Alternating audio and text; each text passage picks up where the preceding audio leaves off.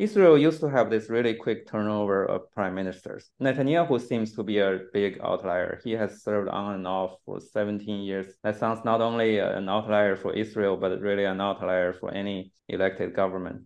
So can you give us an overview of why that was the case? We really have to understand like how the Israeli political system works because it's about as different as could be from, say, like the US system. The prime minister needs to have control of a majority of seats in the Knesset, which is the country's legislature. And there are a lot of parties. So there are 120 seats in this legislature, and the biggest party is usually Netanyahu's Likud. But when we say biggest party, it's got like a quarter of the seats. It's not a very big party, right? So that makes the puzzle even bigger. Like, how is somebody who's got only 30 to 35 seats get to be in power for so long? And a couple of really important reasons to understand this. First, the Likud sits pretty close to the center of the Israeli political system. So they're not an extreme party. Usually his partners, coalition partners, the other parties that agree to support him are center and left parties.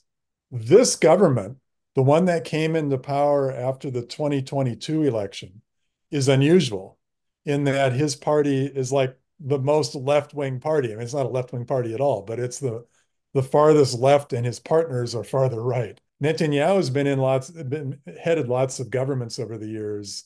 Like every election is we would call it a different government, even it's the same prime minister because he changes coalition partners.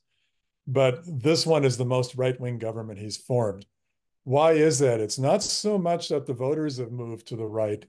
The main thing that's changed is the set of parties has been different, and the set of options, the possibility of some other leader replacing Netanyahu has changed over time. There isn't really a left bloc. This is the thing that really privileges Netanyahu's position. There's a right bloc, What does the really word crazy. bloc mean in this context? So do they appear on the ballot? Like Oh yeah, so the question of a block. So no, the blocks aren't on the ballot. The parties are on the ballot. Sometimes two or more parties will form an alliance and they'll be on the ballot. But when I use these terms, left block, right block, no, they're just a set of parties that run separately, present their own leader, present their own program. But then after the election, they bargain over make compromises on who's going to be in office and who's going to get finance ministry, who's going to get defense ministry, and all that. But what we call the right bloc, the Likud, Bibi's party, the farther right parties, religious Zionism and Otzma Yehudit are the names of these parties, and the ultra Orthodox parties. They're like natural partners. Like they agree on more than they disagree on. okay. Whereas on the left side of the political spectrum, like everybody else except the ones I just named, they're divided on all sorts of issues. There are a couple of Arab parties. One of them was in the previous government that was headed by somebody other than Netanyahu, Naftali Bennett. One of the other Arab parties doesn't want to be in any government. It doesn't want to be a coalition partner because it rejects the very idea of a Jewish state. Mm-hmm. And the other parties that are we might call center parties have disagreements among each other. Like some are very staunchly secular. They don't want to have religious influence in politics, and others are more open to religious interest in politics. I mean, the political system is driven by all these different cleavages. And so that makes it very hard for a group of parties that doesn't include Likud to form a majority. So how about someone who's similar with Likud in terms of ideology, but they just want to challenge Netanyahu for whatever reasons? Because statistically, there after 17 years, there should be someone like that, right? And that was Naftali Bennett fits that description perfectly. Somebody who is right wing, but not tainted by the corruption of Netanyahu, not tainted by having been in power for so long. And so he was able to form a government, but only with a really unusual combination of parties. Like his party's on the right, and then he had to bring in some of the left-wing parties and one of the Arab parties. And it was just such a big coalition. It was really unstable. And his own party didn't even want to stay in it. I mean, his members of his party kept breaking off.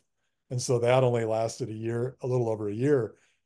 But we should probably talk about like what would like if the current war were to end and an election were held. Mm-hmm. The polls all show that that Netanyahu's party, the Likud, would do really poorly, like lose like about half of its seats. And so then you probably would have the emergence of some new center-right party that wasn't Likud, which then could form a coalition with parties from the left and the center. By the way, Matthew, for the sake of viewers who are not familiar with parliamentary systems, can you give them some background on the condition of a new election in the Israeli context? And because we know it's not like the U.S. every 4 years. Oh, that's right. Yeah, yeah. So Israel has had, I've kind of lost count. They've had a bunch of elections since 2019. They had two that year. They had another one in 2020, another one in 2022, and I might have forgotten one. And so why are the elections so common? Well, if you can't get a block of parties that together hold at least 61 seats, you don't have a government. And if you don't get that, then you have another election. Or let's say you form a government and you have a government that's controls a majority of seats in the Knesset. And then one of the parties decides, no, we don't want to be in it anymore, and they leave. And if that costs, brings them down below a majority, then they will hold an election. I would guess after the war, there's so many contradictions inside this government already, even before the war, that now I would guess that after the war, one or more parties is going to say, let's have an election. One thing that'll happen shortly after the war is a commission of inquiry, like how did this Hamas attack of October 7th happen? How was the Israeli government and security establishment not aware that this was about to happen? That might itself be enough to create pressure to go to an election. Like Netanyahu won't want an election, but his own colleagues will.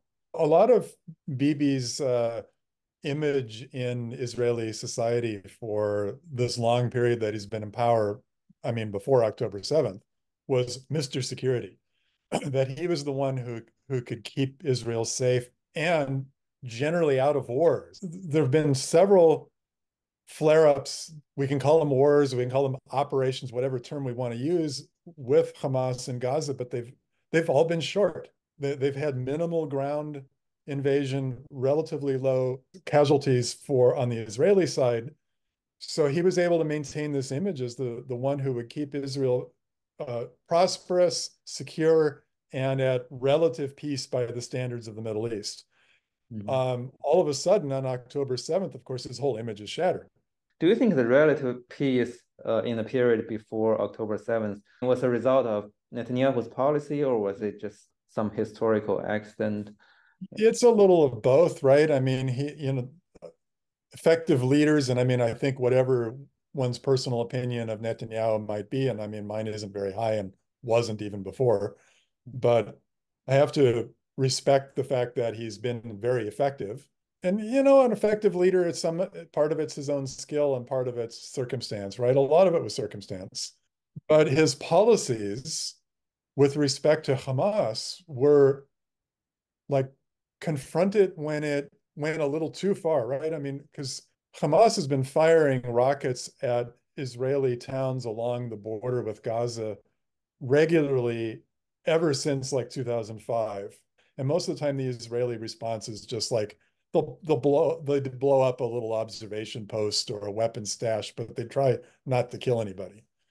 And so it was just like kind of an understanding. And then Netanyahu would arrange for money from Qatar to be brought in to help Hamas provide, which was the de facto government of the Gaza Strip, help them provide social services.